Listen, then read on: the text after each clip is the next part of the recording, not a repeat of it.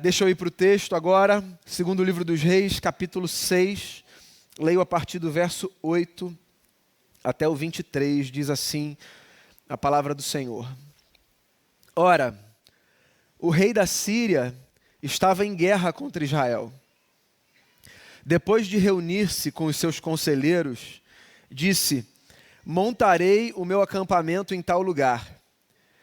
Mas o homem de Deus mandava uma mensagem ao rei de Israel: evite passar por tal lugar, pois os arameus estão descendo para lá.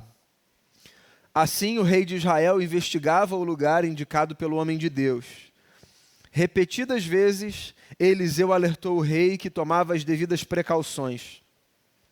Isso enfureceu o rei da Síria, que, convocando seus conselheiros, perguntou-lhes: vocês não me apontarão qual dos nossos está do lado do rei de Israel?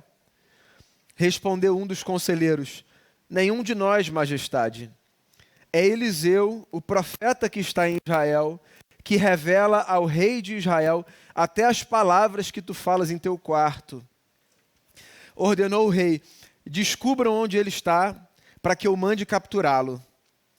Quando lhe informaram que o profeta estava em Dotã, ele enviou para lá uma grande tropa com cavalos e carros de guerra. Eles chegaram de noite e cercaram a cidade. O servo do homem de Deus levantou-se bem cedo pela manhã e, quando saía, viu que uma tropa com cavalos e carros de guerra havia cercado a cidade. Então ele exclamou: ah, meu senhor, o que faremos? O profeta respondeu: não tenha medo. Aqueles que estão conosco são mais numerosos do que eles. E Eliseu orou: Senhor, abre os olhos dele para que veja. Então o Senhor abriu os olhos do rapaz, que olhou e viu as colinas cheias de cavalo e carros de fogo ao redor do Eliseu. Quando os arameus desceram na direção de Eliseu, ele orou ao Senhor: fere estes homens de cegueira. Então ele os feriu de cegueira, conforme Eliseu havia pedido. Eliseu lhes disse: este não é o caminho, nem esta é a cidade que procuram. Sigam-me, e eu os levarei ao homem que vocês estão procurando. E os guiou até a cidade de Samaria. Assim que entraram na cidade, Eliseu disse: Senhor, abre os olhos destes homens para que possam ver. Então o Senhor abriu-lhes os olhos, e eles viram que estavam dentro de Samaria. Quando o rei de Israel os viu, perguntou a Eliseu: devo matá-los, meu pai? Devo matá-los? Ele respondeu: não. O rei costuma matar prisioneiros que captura com a espada e o arco. Ordena que lhes sirvam comida e bebida e deixe que voltem ao seu senhor. Então o rei preparou-lhes um grande banquete e, terminando eles de comer e beber, mandou-os de volta para o seu senhor. Assim as tropas da Síria pararam de invadir o território de Israel. Muito bem, essa é a história que eu separei para a gente nessa manhã. Uma história muito interessante, que ajuda a gente a perceber um negócio. Nessa vida, a gente vive melhor quando a gente tem os olhos bem abertos. Não apenas os olhos que carregamos no nosso corpo, não é disso que o texto fala, obviamente, mas, sobretudo, os olhos da fé. Essa história, caso você não conheça aqui o texto, é uma história que está situada no ministério de um profeta chamado Eliseu. Eliseu foi um grande profeta em Israel. O reino dividido em Reino do Sul e Reino do Norte. Reino do Norte, Israel. Tinha como capital Samaria. Eliseu foi profeta no Reino do Norte. Os profetas no antigo Israel eram esses homens que tinham uma certa sensibilidade para perceber coisas e, consequentemente, conduziam o povo de acordo com a vontade de Deus. Então, ora, eles confrontavam o povo quando o povo estava desviante nos seus caminhos. Ora, eles encorajavam o povo, apontavam uma direção, dizendo: sigam por aqui, Deus está me revelando. Esses eram os profetas, homens que viviam com um certo grau de sensibilidade às coisas dos céus. E Eliseu, discípulo de Elias, foi profeta num tempo em que Israel estava em conflito com o povo de Aram, da Síria. E o exército de Aram invadia, muitas vezes, com pequenas incursões, territórios de Israel. Então os arameus eram um desafio para o povo de Israel, porque eles eram muito estrategistas e eles faziam incursões pequenas e assim tentavam então tomar uma cidade, minar um povo, um pedaço do povo de Israel. Acontece que num determinado momento da história desses embates, Deus se utilizou desse profeta chamado Eliseu para impedir que os arameus avançassem contra o seu povo. O que acontecia? Sempre que o exército dos arameus bolava uma incursão para atacar o povo de Israel em algum pedaço do território de Israel, Deus revelava todo aquele esquema para esse profeta. De modo que quando os arameus chegavam lá, o povo de Israel já sabia como se defender dessa investida. E esse negócio é o que o texto parece indicar. Aconteceu não uma ou duas vezes, mas muitas vezes. A ponto de o rei dos arameus reunir a alta cúpula do seu exército e dizer: me entreguem o X9. Alguém aqui dentro está servindo de informante para o povo de Israel. Não é possível. Porque sempre que a gente chega e eles já sabem. Eles sabem onde a gente vai chegar, eles sabem como a gente vai chegar e eles sabem como eles devem se defender. Então, não tem outra possibilidade senão o fato de que aqui dentro do nosso exército tem alguém trabalhando para eles e eu preciso saber quem é esse cara, porque se esse cara não sair daqui, cabeça cortada, a gente não vai ser bem sucedido no nosso intento. Aí vem a resposta de dentro do próprio exército arameu. Dizem ao rei: não é nenhum de nós. O problema não está aqui. É que, na verdade, lá, eles têm um profeta que sabe tudo o que vai acontecer. Inclusive, as coisas que você fala no seu quarto sozinho. Ó que medo, hein? As coisas que você fala no seu quarto sozinho, Deus revela para esse profeta. De modo que não tem jeito. Você vai continuar planejando, o nosso exército vai continuar sendo instruído, mas do lado de lá, esse homem que é profeta do Deus de Israel vai receber revelação e o nosso plano vai ser frustrado. Então o rei dos arameus diz assim: precisamos fazer um negócio, precisamos saber quem é esse cara e precisamos tirar esse cara do mapa. Esse cara precisa sumir. E eles dizem: é Eliseu. Pois então descubram onde Eliseu está. E a cidade onde Eliseu está é identificada, Dotã. E o que o rei dos arameus faz?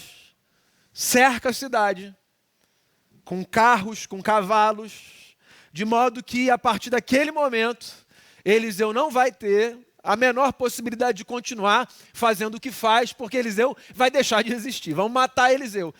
Se Eliseu é um problema, a gente tira Eliseu da cena e a gente continua aqui com as nossas investidas, com os nossos planos e com a nossa vitória. Os profetas em Israel tinham discípulos. Jesus tinha os seus, né? Os de Jesus eram identificados exatamente assim, discípulos. No ministério profético do Antigo Testamento, o nome era outro que eles davam, eram os servos ou os moços. Você vai encontrar isso nos textos de Reis, das Crônicas, etc., né? Então Eliseu tinha um servo, era um aprendiz de profeta, certo? Os servos dos profetas eram aqueles que frequentavam as escolas dos profetas. E você tem aqui então um menino que aprende com Eliseu o ofício profético e que sai muito cedo do lugar onde ele está para fazer alguma coisa fora de casa. E quando ele sai para fazer o que ele tem que fazer fora de casa, ele se depara com essa cena. Carros, cavalos e o exército arameu cercando, sitiando aquela cidade. Aí ele volta para o seu senhor, Eliseu, e diz assim: olha, temos um problema. A cidade está sitiada. A gente tinha um outro plano, mas o nosso plano hoje vai ser como vamos sobreviver.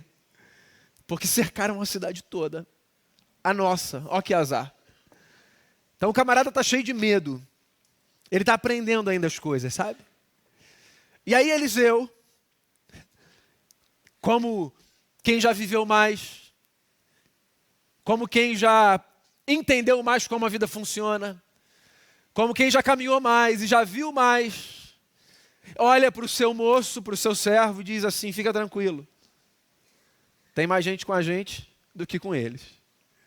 E eu fico imaginando o servo de Eliseu pensando: já está na hora de parar mesmo. Tem um exército cercando a cidade. Eu acho que ele não ouviu, ou ele não entendeu. Somos quantos aqui? Tem um exército que nos cerca. Mas o Eliseu fala de forma determinada, com convicção. Tem mais gente com a gente do que com eles. Em ato contínuo, o Eliseu faz uma oração para o Eterno, dizendo assim: Senhor, abre os olhos do menino, para ele ver.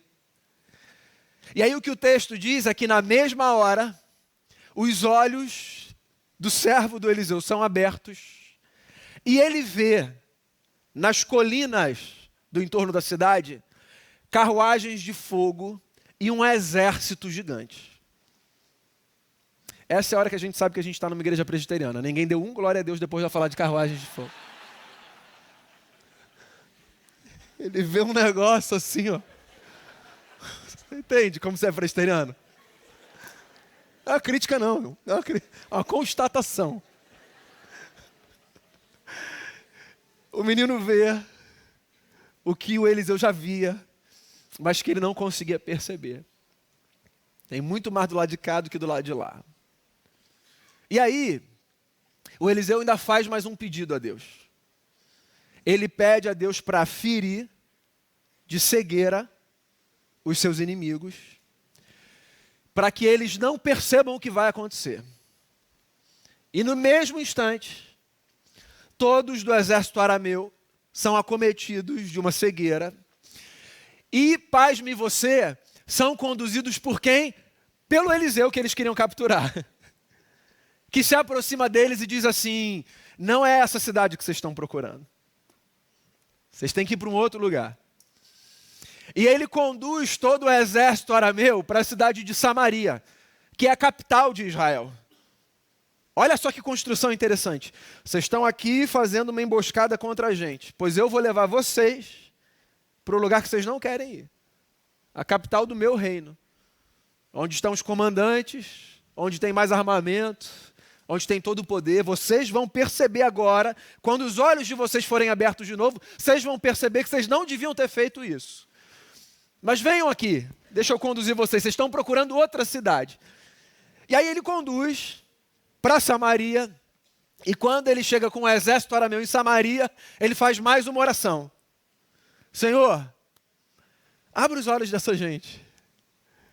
E aí o exército arameu tem os seus olhos abertos e percebe onde está. No quartel-general do inimigo. Posso imaginar que você saiba que na cabeça de todos eles ali, ninguém precisa ser profeta aqui para supor isso, a leitura unânime é: para a gente acabou aqui hoje, né? Tentamos, mas olha só o que aconteceu. Que invertida que a gente tomou, né? Alguém se aproxima do Eliseu e diz assim: o que a gente faz? A gente mata? E Eliseu, profeta de Deus, diz assim: mata? A gente capturou esses caras na espada? Vamos matar não. Vamos fazer o seguinte: vamos servir um banquete para eles. Esse povo deve estar com fome. Meu menino acordou cedo, 5 horas da manhã eles já estavam lá, não deve ter tomado café, não deve ter almoçado. Vamos preparar um banquete para eles, alimentar essa gente e deixar essa gente embora. E é isso que eles fazem. Eles agem com misericórdia e libertam o exército arameu, que poderia ter sido todo exterminado ali. E o que o texto de Reis diz é que por causa desse ato de misericórdia, o exército arameu nunca mais fez incursão contra Israel. Essa é a história. E eu anotei aqui 4 lições que eu acho que são muito úteis para a vida comum nossa, que eu aprendo a partir desse texto. Então vamos lá. A primeira lição que esse texto, assim, me traz como lembrança para a vida nem sempre nós vemos toda a realidade. Na verdade, eu até ousaria me corrigir aqui e dizer, nós nunca vemos toda a realidade. A realidade sempre é maior do que os nossos olhos podem ver. Por duas razões. Primeiro, porque o nosso campo visual sempre é limitado. Sempre é limitado, certo? A nossa capacidade de perceber a vida, ela sempre tem margens. A gente nunca percebe tudo porque a gente não foi feito com essa capacidade, biologicamente falando. Assim, a gente não tem condição, eu não sei o que está acontecendo exatamente aqui. Não consigo ver. E você está olhando para mim, você tem foco, você tem visão periférica, mas você não vê o todo. Porque a gente não foi feito de tal forma que a gente consiga ver o todo. E eu sei que você sabe disso do ponto de vista biológico, eu sei que falar sobre capacidade de visão, do ponto de vista assim, da nossa humanidade, é incorrer assim, num lugar muito comum, mas às vezes a gente vive como se a gente tivesse condição de perceber tudo. Não apenas tudo num cenário, mas tudo o que acontece, sabe?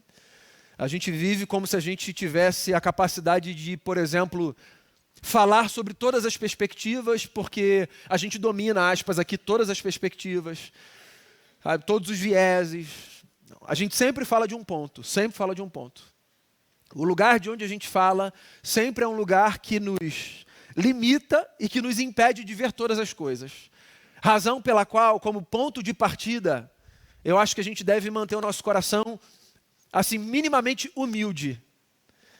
Porque ninguém vê a vida de um lugar absoluto.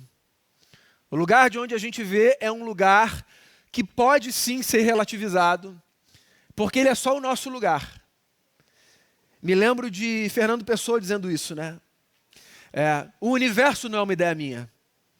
A minha ideia do universo que é uma ideia minha. Eu acho que essa fala de Fernando Pessoa, ela assim, situa a gente muito nesse lugar da nossa pequenez, né? Você não vê tudo, não vê. Não vê porque você não consegue, porque você tem campo visual. E não vê porque assim, você não está de um lugar que você consiga ver de forma privilegiada. Às vezes a gente precisa se distanciar de coisas que acontecem para a gente perceber melhor, não é isso? Às vezes a gente precisa de uma terceira pessoa que está distante para que ela nos ajude a perceber o que de dentro a gente não consegue. Então eu vou começar aqui a minha fala de um jeito assim, profundamente humano. A gente não vê tudo porque a gente não consegue ver tudo. Mas tem um outro ponto aqui, que eu colocaria na categoria sobre-humana.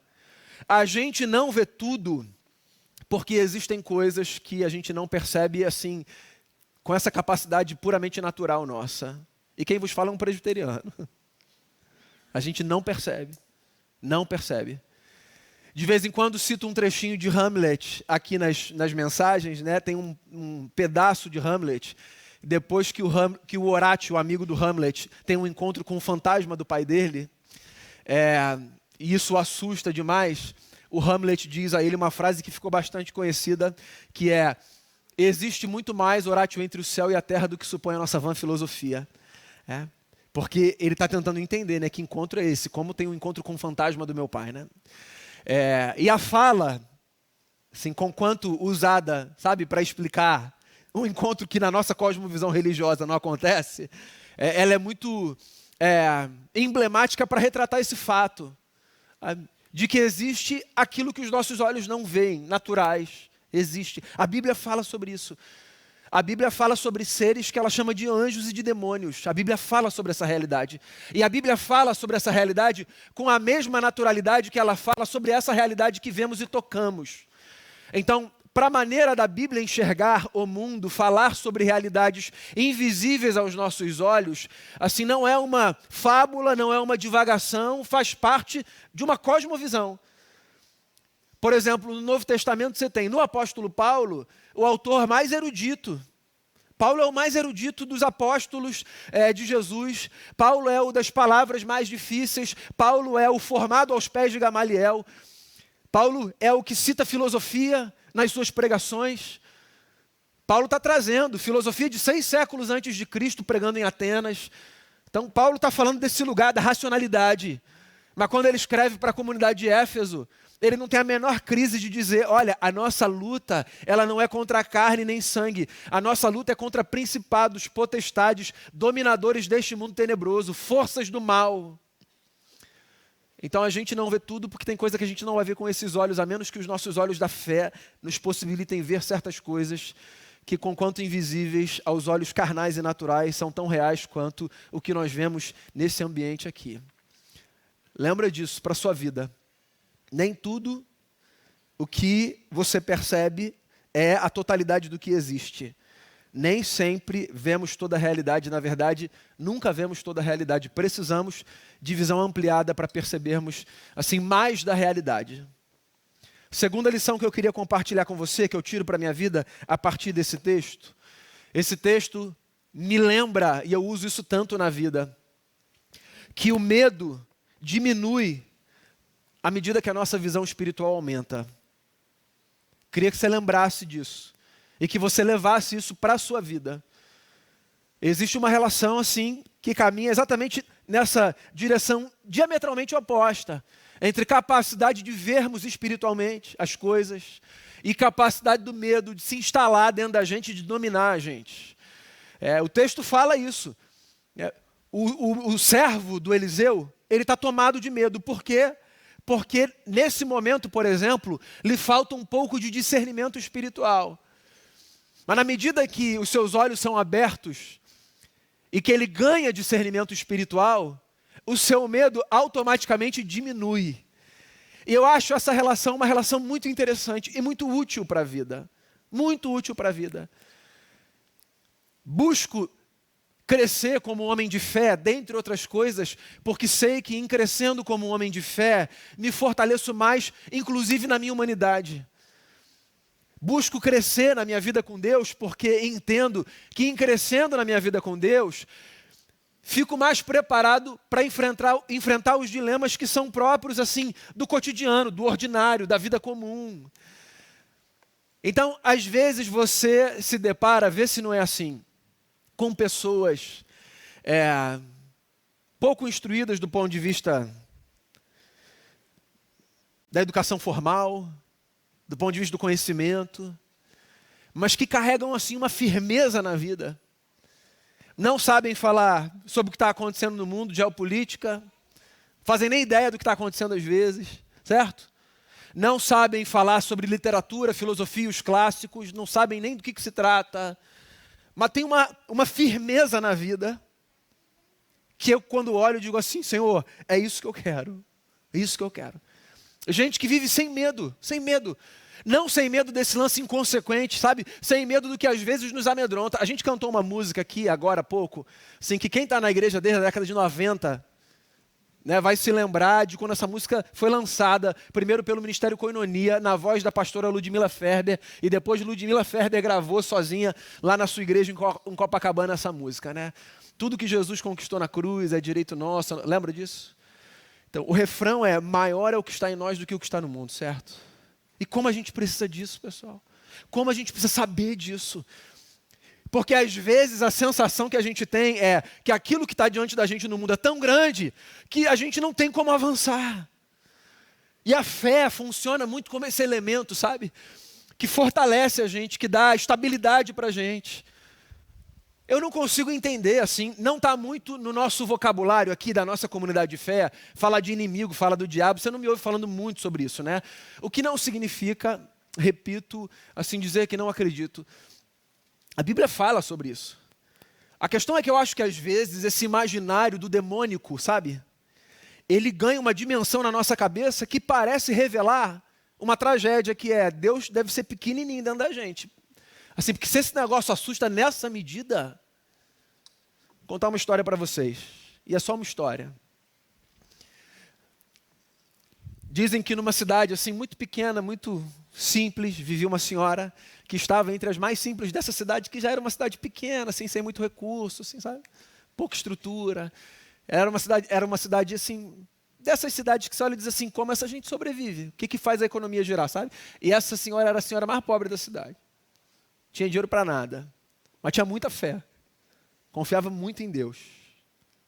Sabia que Deus cuidava, sabia que Deus vinha com provisão. Tinha um cara nessa cidade que era um empresário da cidade, assim, que não acreditava em Deus e tinha muita raiva no fato de que essa senhora acreditava. Ele tinha tudo, achava que Deus era uma besteira.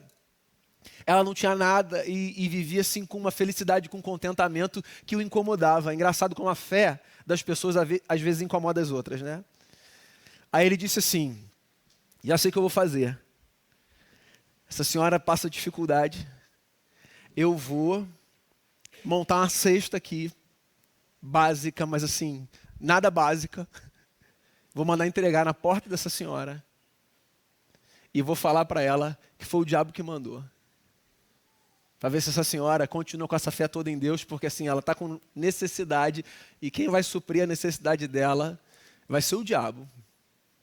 Aí ele bola isso, prepara uma cesta básica, nada básica, e faz essa cesta chegar na casa dessa senhora, tocam na porta dela, ela abre e dizem assim, olha, aqui está uma cesta para a senhora, a gente sabe que a senhora passa dificuldade aqui, e a gente veio deixar essa cesta aqui para a senhora. E ela disse assim, muito obrigada, meu filho, já foi fechando a porta. E ele disse, espera, senhora. A senhora não quer saber quem mandou essa cesta para a senhora? Ela disse assim, não precisa não, meu filho, quando Deus manda, até o diabo obedece. Pô, sabedoria, entendeu? Que medo é esse, sabe? Que intimidação é essa? Que paura é essa? Você cantou, pô. Maior o que está em nós do que o que está no mundo. E ter visão espiritual ampliada ajuda a gente a ter o medo diminuído. E visão espiritual ampliada não é apenas ver anjos voando por aí. Ter visão espiritual ampliada significa também, e talvez principalmente, porque anjos a gente não vê o tempo todo, ter muita convicção daquilo em que você crê. A ponto de você, sem ver um anjo, poder dizer como essa senhora, tem problema não.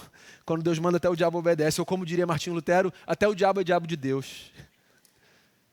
Então, que a sua visão espiritual seja ampliada para que o seu medo diminua. Terceira lição que eu tiro desse texto aqui para a minha vida e que eu quero compartilhar com você. O verdadeiro poder, na verdade tem uma anterior aqui, perdão. Deus amplia a visão de quem se dispõe para o bem e fere de cegueira quem se dispõe para o mal. Essa é uma terceira lição que eu tiro daqui, desse texto para a minha vida. É muito interessante como isso acontece, né, no texto.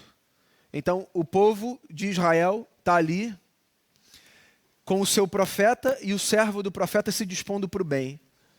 Eles não estão percebendo, ou melhor, o servo não está percebendo. O que é que Deus faz? Amplia a visão. O exército arameu está ali se dispondo para o mal. O que Deus faz? Fere de cegueira. E eu acho que a vida é bem assim. Eu acho que há coisas que acompanham na sua expansão ou na sua retração a disposição do nosso coração. Eu sei que esse mundo é o mundo da misericórdia de Deus. Jesus, inclusive, nosso Senhor diz que Deus faz o sol brilhar sobre bons e maus, a chuva cair sobre justos e injustos. Sei, inclusive, que há coisas que são inexplicáveis, há salmos que dizem por que prosperam os ímpios, não é isso? Sei que há avanços que não acompanham essa lógica do faz direitinho que as coisas vão acontecer. No entanto, há muitos outros textos que revelam para a gente que sim, quando a gente se dispõe para certas coisas, parece que há expansões assim na nossa consciência, não é isso? Parece que há ganhos que a gente tem quando a gente se dispõe para certas coisas, que tem a ver com o reino de Deus, que tem a ver com uma vida de bondade. Eu acredito muito nisso. Assim, que há oportunidades que nós temos que são desdobramentos da disposição santa do nosso coração. Da mesma forma que eu acredito que há experiências que nós não vivemos quando nós abraçamos coisas que são antagônicas à bondade que Deus espera no nosso coração. E o texto deixa isso aqui claro. Os caras estão ali para fazer maldade, Deus vai cegar essa gente. E aqui não é assim um desejo de juízo punitivo. É uma descrição de como a vida é. Porque a vida às vezes vai se movimentar desse jeito. Então eu fico surpreso como às vezes, por exemplo, tenho conversas com pessoas que abraçam coisas que são assustadoras e ficam surpreendidas com o fato de não terem colhido coisas maravilhosas. Como às vezes há pessoas que nos relacionamentos, por exemplo, parecem assim só minar, dragar, destruir, e que depois querem colher, assim, as flores com os perfumes mais maravilhosos, sabe, que dão no jardim. Há esse fluxo da vida. Para que você dispõe o seu coração? Para a maldade? Porque há uma cegueira, sim, própria para quem dispõe o coração para a maldade. O camarada que abraça agendas do mal, parece que ele não começa a perceber uma série de coisas, não é isso? Bem como o Salmo diz, o Salmo não diz falando sobre isso, mas eu acho que dá para a gente fazer aqui uma ponte, um abismo chamando outro abismo. A pessoa não começa a não perceber mais, assim, como uma tragédia vai chamando outra tragédia, não por contingência, mas por causa dos seus atos. E o inverso também é verdadeiro. Dispor o coração para a bondade, assim, faz a gente experimentar coisas muito maravilhosas da parte de Deus. Então, dispõe seu coração para a bondade, porque eu acho que Deus possibilitará você ver mais coisas maravilhosas quanto mais você dispuser o seu coração para a bondade. E aí sim eu venho para a minha última lição que eu anotei aqui, a quarta e última, que para mim é a mais subversiva desse texto, né? Na verdade, aqui está a grande subversão desse texto, né? O verdadeiro poder não está na destruição dos outros, mas na misericórdia que quebra ciclos de maldade e de violência. Esse é o verdadeiro poder. Foi isso que Jesus de Nazaré nos ensinou. Fico imaginando a cabeça do Eliseu, cara, sabendo que tem um exército que quer a sua cabeça. E aí pensando, Deus entregou esses caras na minha mão. Gente, o Eliseu também é filho do Adão e da Eva, tá? O profeta também tem, assim, pensamento ruim. Fico imaginando o Eliseu, Deus me deu esses caras de bandeja, cara. É só acabar com eles ouvindo louvor. A playlist não precisa nem mudar. Bota a playlist do louvor aí que eu vou acabar com eles. Foi Deus que me deu. E ele não acaba com eles. Ele serve um banquete muito simbólico, né? Do que Deus fez conosco em Cristo Jesus. Deus poderia acabar com a nossa vida. Se você olhar a grande narrativa da Bíblia, certo? Rompemos com Ele. Sim, merecemos a condenação. Deus nos serviu um banquete. Deus preparou uma mesa farta, um banquete de graça, que alimenta não o nosso corpo, nem principalmente o nosso corpo, mas que sacia a fome da nossa alma. A Bíblia fala, nós estávamos nesse lugar de adversários. Paulo fala sobre isso. Nós éramos inimigos de Deus, pois em Cristo Jesus fomos feitos amigos de Deus, que nos serviu o banquete da graça e interrompeu, sabe? Esse ciclo de disputas e de distâncias, nos trazendo para perto, subvertendo toda uma lógica que a gente poderia subscrever, inclusive dizer, é isso mesmo que tem que acontecer. Mas não é o que Deus faz. Deus é Deus de misericórdia. E se Deus não fosse Deus de misericórdia, nenhum de nós estaria aqui para contar a história. Então, graças a Deus que na sua misericórdia nos serviu um banquete e nos livrou de uma danação eterna, porque na pessoa do seu Filho resolveu nos acolher com aquilo de mais gracioso que há no seu coração. O desejo não de destruir a nossa vida, mas de causar uma confusão santa tão maravilhosa na nossa consciência, que a partir desse encontro com Ele, a gente propõe a nossa existência por um outro curso. Não vou matar eles, não. Vamos dar comida. E vamos deixar essa gente ir embora. Quem sabe essa gente não aprende. É um risco, né? Porque podia não aprender. E podia estar ali no dia seguinte, com os carros em volta da cidade de novo, né? Podia, pô. Ser misericordioso é sempre um risco. Ser misericordioso não garante que do lado de lá, nesse primeiro momento, você vai receber misericórdia. Nas relações humanas que eu estou falando, né? Mas eu não sei. Eu acho que sempre vale a pena a gente escolher o caminho da misericórdia. Pelo menos foi o que Jesus, nosso Senhor, nos ensinou, né? Então, seja o que for que a misericórdia represente na sua vida, nas ações concretas, escolha sempre o caminho da misericórdia ao caminho da violência. Ciclos de maldade são quebrados quando a gente dispõe o nosso coração do jeito que Jesus disporia se estivesse no nosso lugar. Que os nossos olhos sejam abertos para a gente perceber mais da realidade, para a gente perceber o que esses olhos não nos possibilitam ver. Que a gente abrace a bondade e se afaste da maldade. E que a gente acredite no poder subversivo da misericórdia, porque é ela que garante a nossa sobrevivência. Deixa eu fazer uma oração com você.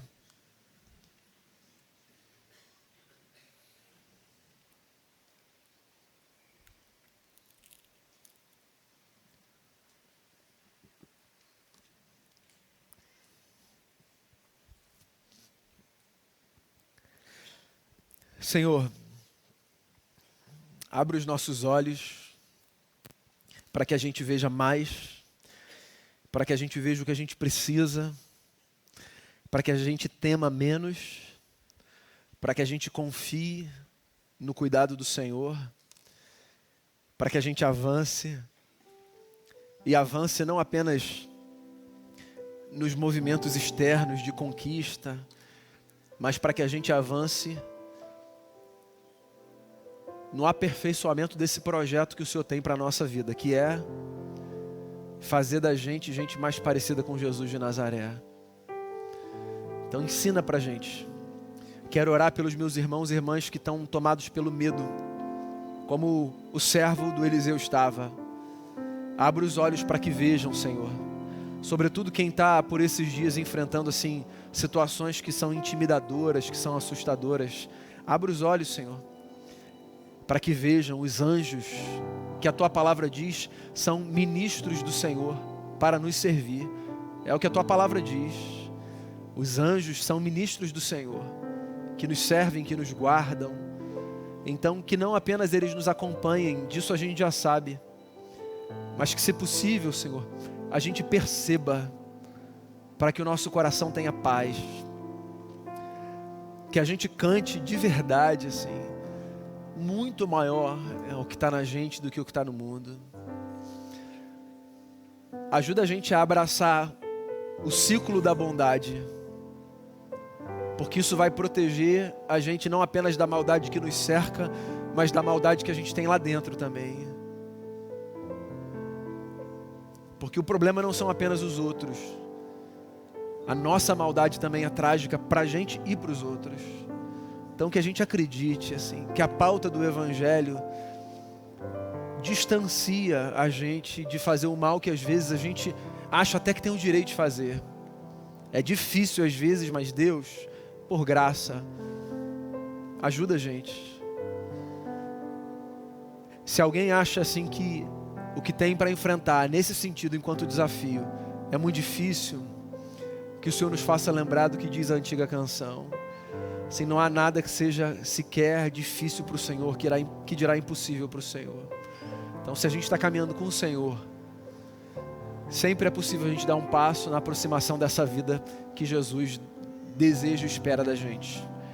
Essa é a oração que eu faço, à luz da palavra, por mim, por cada irmão e por cada irmã, em nome de Jesus. Amém.